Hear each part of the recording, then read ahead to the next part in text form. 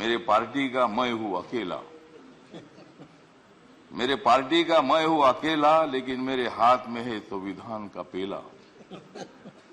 मैं हूं मेरे पार्टी का अकेला, लेकिन मेरे हाथ में है संविधान का पेला। मैं तो हूं आपका सच्चा चेला। मैं तो हूं आपका सच्चा चेला, मुझे मत छोड़ो अकेला। और भारतीय जनता पार्टी के साथ मैं इसलिए आया हूं कि मुझे शिरडी में हरा गया। मुझे शिरडी में हरा गया, मुझे मंत्री ने बनाया, फिर मैं उधर क्या करूं।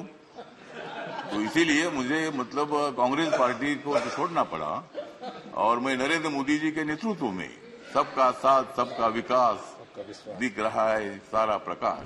कि मैं बाबा साहब अम्बेडकर जी का अनुयायी हूं। बाबा साहब अम्बेडकर जी ने सत्ता में आना चाहिए बताया है।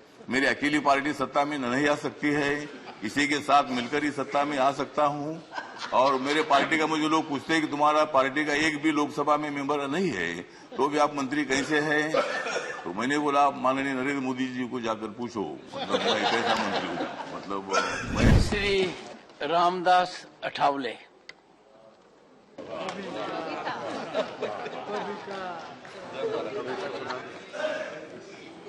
आदरणीय महोदय, मैं तो अन्याय के खिलाफ लड़ा हूं। मैं तो अन्याय के खिलाफ लड़ा हूं, इसलिए आपको बधाई देने के लिए यहां खड़ा हूं। आपका अनुभव बहुत ही बड़ा है।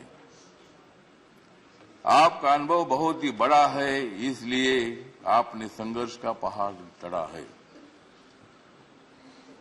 मेरे पार्टी का मैं हूं अकेला। मेरे पार्टी का मैं हूं अकेला, लेकिन मेरे हाथ में है संविधान का पेला। मैं हूं मेरे पार्टी का अकेला, लेकिन मेरे हाथ में है संविधान का पेला। मैं तो हूं आपका सच्चा चेला। मैं तो हूं आपका सच्चा चेला, मुझे मत छोड़ो अकेला।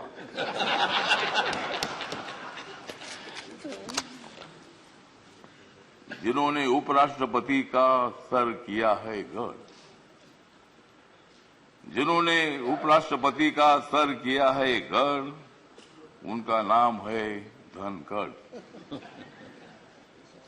हमें मिलकर उखाड़ देनी है विषमता की जड़। हमें मिलकर उखाड़ देनी है विषमता की जड़। इसमें जरूर सफल होंगे आदरणीय धनखड़। हाउस में जो सदस्य करेंगे फ्रैक्शन, हाउस में जो सदस्य करेंगे फ्रैक्शन, उनके ऊपर होनी चाहिए कड़ी एक्शन। हमें तो मजबूत करना है भारत नेशन। हमें तो मजबूत करना है भारत नेशन। हंगामा करने की हमें नहीं चाहिए फैशन। तो हमें पूरा विश्वास है कि आप बहुत बड़ा संघर्ष करते करते यहाँ पहुंचे हैं। गांव से आकर किसान के बेटे के माध्यम से आप इतने बड़े उच्च पद पर आए हैं। इसमें आपका अनुभव, आपका बहुत बड़ा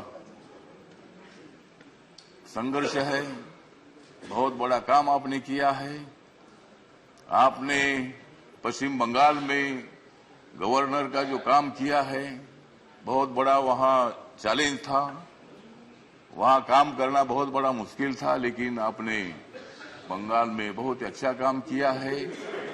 और बंगाल में अच्छा काम आपने किया है, इसीलिए आपको यहां लाने की कोशिश जरूर हुई है। मतलब आप एक संघर्षशील नेता है। मतलब वहां अगर आपका काम ठीक नहीं होता था तो शायद ये पद आपको मिलना बहुत बड़ा मुश्किल था, लेकिन आपने बहुत अच्छा काम किया है।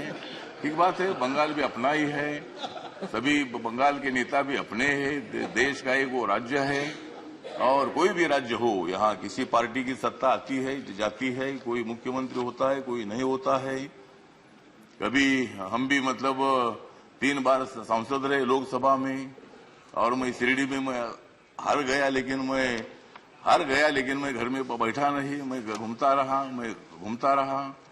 मैं कांग्रेस पार्टी के साथ रहा। कांग्रेस पार्टी के मेरे सभी दोस्त हैं, समाजवादी पार्टी के मेरे दोस्त हैं, कम्युनिस्ट पार्टी के मेरे दोस्त हैं, और अभी बीजेपी के मेरे दोस्त हैं। मैं सब बीजेपी के साथ में आया हूं। और भारतीय जनता पार्टी के साथ मैं इसलिए आया हूं कि मुझे शिरडी में हारा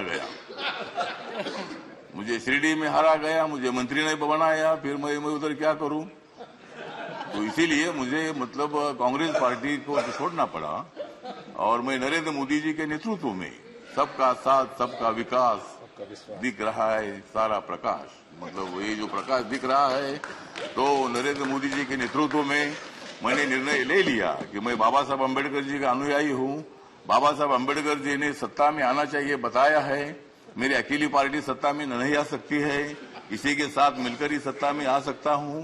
और मेरे पार्टी का मुझे लोग पूछते हैं कि तुम्हारा पार्टी का एक भी लोकसभा में मेंबर नहीं है, तो भी आप मंत्री कैसे हैं?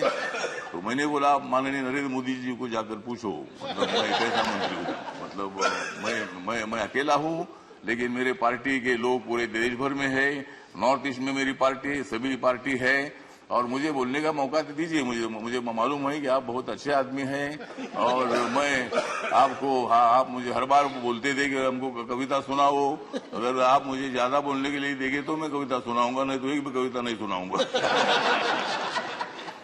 तो ठीक बात है, तो इसीलिए मतलब कविता सुनाता भी रहूंगा। और आप एक अनुभव है, तो इसीलिए अपोजिशन को भी आप मौका दीजिए, हंगामा करने के लिए मौका दीजिए, लेकिन एक आधा दिन हंगामा करने के लिए मौका दीजिए, दूसरे दिन एक्शन होना चाहिए और हाउस का काम भी मतलब चलना चाहिए। इसीलिए आप एक सर्वोच्च हाउस के आप चेयरमैन बन गए हैं। इसीलिए मैं, मेरी जो आरपीआई है, रिपब्लिकन पार्टी है, गरीबों की पार्टी है, दलितों की पार्टी है, इस पार्टी की तरफ से मैं आपके साथ हूं।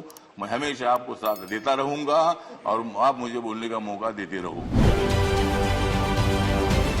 राजकारणातील प्रत्येक अचूक बातमीचे सर्वात आधी अपडेट्स मिळवण्यासाठी सरकारनामाच्या सर्व सोशल मीडिया प्लॅटफॉर्मला लाईक, फॉलो आणि सबस्क्राईब करा। तसंच सर्व नोटिफिकेशनसाठी बेल आयकॉन प्रेस करायला विसरू नका।